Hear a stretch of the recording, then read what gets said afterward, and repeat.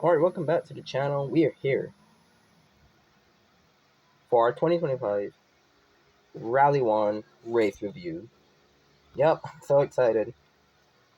Yeah, we're not going to go through anything like with drivers because we're going to do, our drivers championship and all that. We still have, our race review, of the drivers and stuff.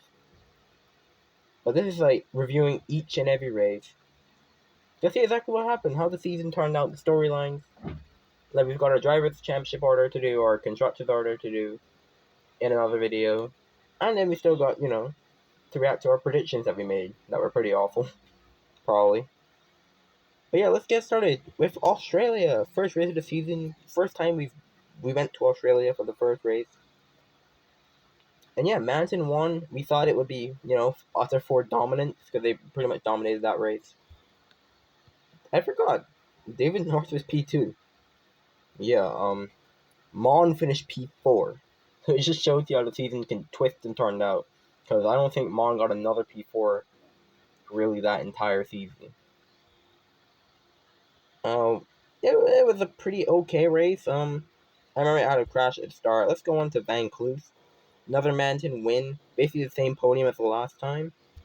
Mon finished 7th this time. Are we just going to keep track of Mon's progress throughout the season?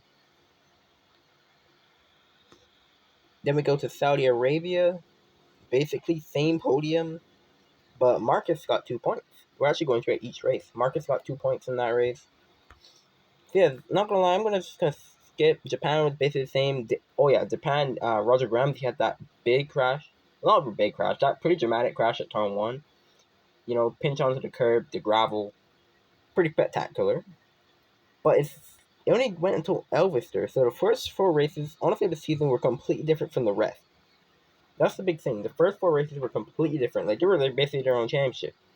But then Elvister, George got a win, showing that Claren has some pace. They were both on the podium that day. And BMW started to show that they have some pace as well.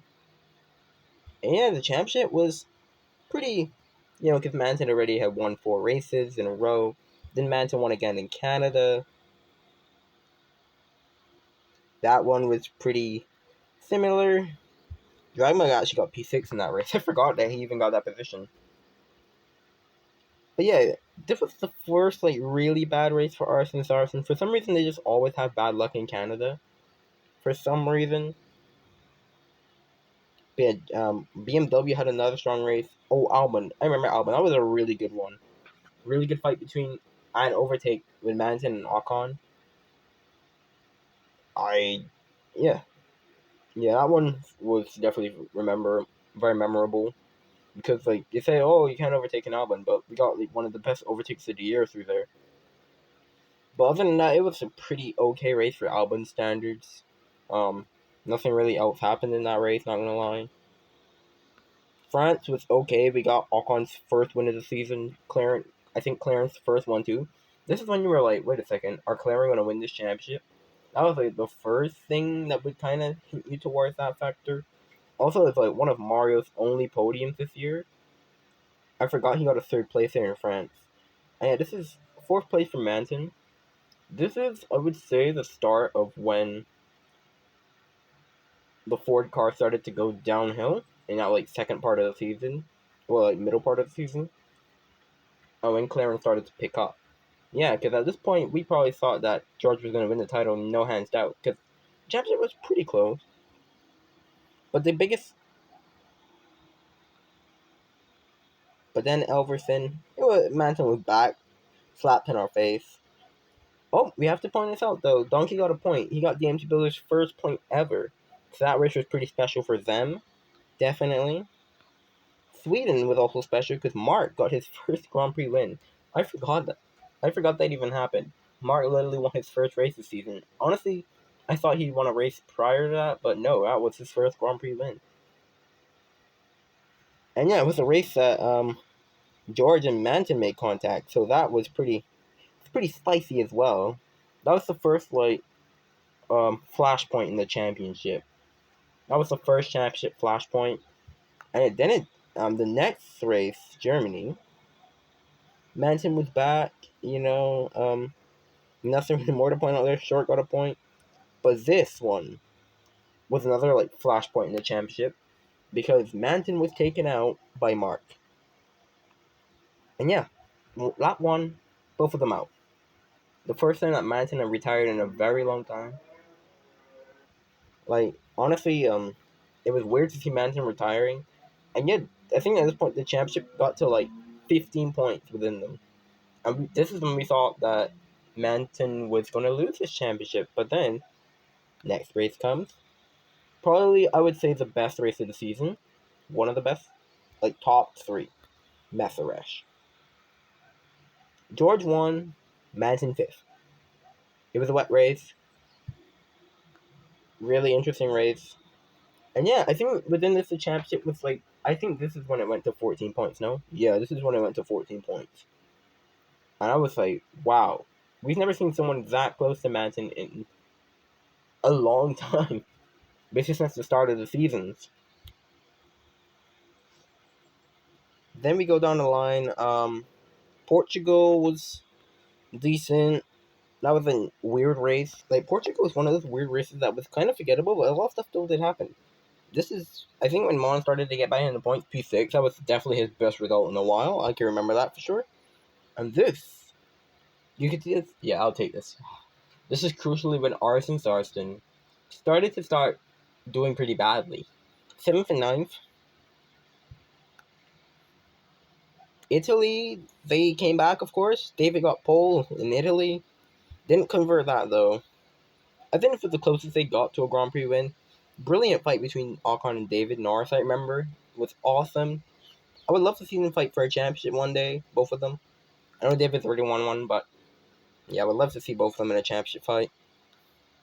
This is when Manton was definitely fully in damage limitation. For sure. Oh, then Usa Arbu, that was basically George dominated weekend. Nothing really more happened there. Orca, Manton returned, basically. And yeah, Mon finished in the points. Donkey got 9th place. Well, where's that race where... Oh, did we skip over a race where Donkey got 7th? But yeah, Manton basically was back on like this weird winning streak at the end of the season. Oh no, it's Brazil. Brazil was a great one as well. George won from Mark, Manton. Donkey got 7th, which is crazy for DMT Billers, who didn't score points the previous year at all. And yeah, his definitely Donkey's one of his best races. He qualified super well as well, so. And then the last two, Qatar. Nothing really notable from Qatar. What happened? Oh yeah, Jones had a really good weekend, and at this point I was like, are Arsene Sarsen about to lose third in constructors to Jones? Like, they had another bad weekend. Mon returned to the points, and then the last race. Yeah, George won. Wasn't enough to win the championship. Actually, the championship was already done after USA. Let's be real. So I'd say the biggest flashpoints this season, the biggest races you want to watch if you want to see the flashpoints, were definitely Sweden, Austria, and the USA. And right, Sweden, Austria, and the US. Because Sweden is when it got to a boiling point, which we thought was coming for a while. Austria is when Manton just was taken out, and we thought he was going to lose the championship. And then USA, the championship, that's when the championship, we knew that was done. And it wasn't even George's fault either. His teammate took him out and made him lose the championship.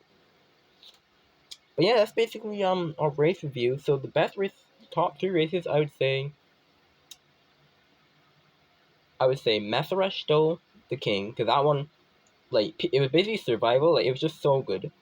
Brazil, I would put a close second. Who's gonna be third? I would say, like, maybe I should go to early season race. Albon. No, not putting Albon in third. That race might definitely be like top 10, definitely. I would put maybe USA just because of the drama. Or I could put something like Italy. Ooh, no, I might put Austria. So Messeresh, Brazil, Austria. Austria had some brilliant racing between the two McLarens. So yeah, I'll put Austria as our third one. But yeah, that's gonna wrap it up for this race review. Well, for the season review. Yeah, next up we'll have, going over the driver standings, basically driver ratings for the season. And yeah, hopefully you guys enjoyed, and we'll see you guys later.